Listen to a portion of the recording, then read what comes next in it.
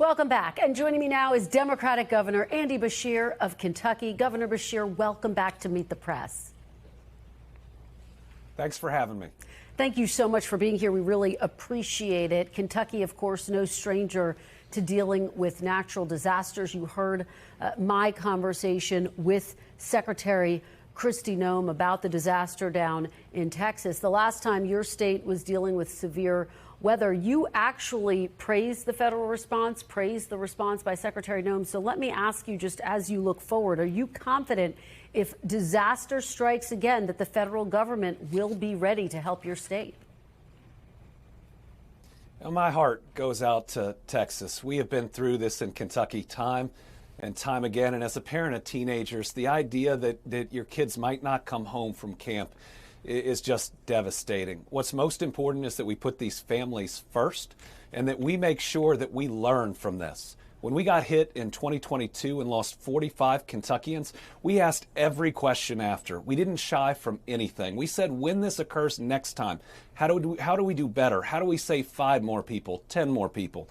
And so in 2025, during our 2 floods we've had thus far this year, we saved over 1,000 people in the first 24 hours each time. So what I hope happens is people embrace the questions, because the questions don't have to be a political football and shouldn't be. It's how do we do better? How do we save more lives? How do we get a better weather forecast? Do we have enough people at the National Weather Service? Can we deploy faster than we did this time? All of those things are legitimate if we put the people first and we say we know this is going to happen again. Let's make sure that every time we respond, it's the very best response we've ever seen. All right, well, let's turn now to President Trump's economic policy. He told me this week he plans to implement blanket tariffs of up to 20% across the board on America's trading partners. As you know, he won your state by some 30 points in 2024. So let me ask you, is this what the people of Kentucky voted for? No, not at all. This is, what was it, first across the board, then reciprocal, then industry specific. I think there was a company specific tariff proposed. Now we have tariffs on countries if he doesn't like who that country is prosecuting. It is chaos. It is increasing costs. The people of Kentucky, many of them voted for Donald Trump because they thought he'd make paying the bills a little bit easier at the end of the week, and he's just making it harder. I'm seeing small businesses lay people off because of the tariffs on the raw materials that they get. And then Americans put things together and sell them from that. And when a small business is laying somebody off, it's somebody they go to church with. It's somebody who their kids play soccer with. This is going to impact the economy in such negative ways, especially our economy. And then look at what he's doing to critical trading partners like Canada. 22% of our exports go to Canada, or Japan, who he's pushing towards China. Japan invests in Kentucky at a level of almost no other state. The largest Toyota manufacturing facility isn't in Japan, it's in Georgetown, Kentucky. Well, which takes me to my next question. Staying on the economy, let's talk about, broadly speaking, the president's new tax and spending law, which just went into effect. You heard my conversation with Senator John Barrasso about the work requirements, the estimates that it could kick millions of people off of Medicaid. But Governor, a poll taken this year shows 6 in 10 Americans support work requirements for Medicaid. You've been very clear in your opposition to work requirements, but my question, are Democrats out of step with where the American public is on this issue? No, because the work requirements are a ruse. What they're doing is they're doubling the paperwork on everyone, not just able-bodied adults, but everyone. What they're hoping is sadly, is that parents with a special needs child who are really busy don't check a box. People who are helping their parents or grandparents with their long-term care needs don't check a box. And then they get kicked off their coverage for 6 months or more. It is wrong, it's cruel, but it's also going to be devastating to rural economies. In my state, we're looking at 200,000 people projected to lose their coverage.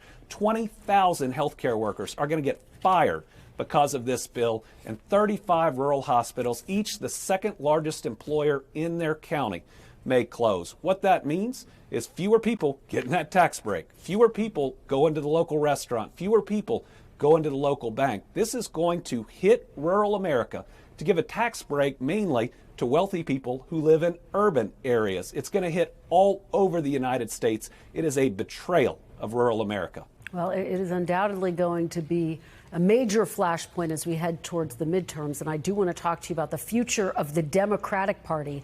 House Republicans launched an investigation, as you know, into Democrats' handling of the state of former President Biden's mental acuity while he was in office. I wonder, Governor, do you think that there needs to be accountability for how Democrats handled the president's mental health while he was in office? Well, when you're the governor of Kentucky, you see a president maybe twice a year. So what I think is that we ought to be, Democrats, Republicans, etc., accountable for everything we do. We serve the American people.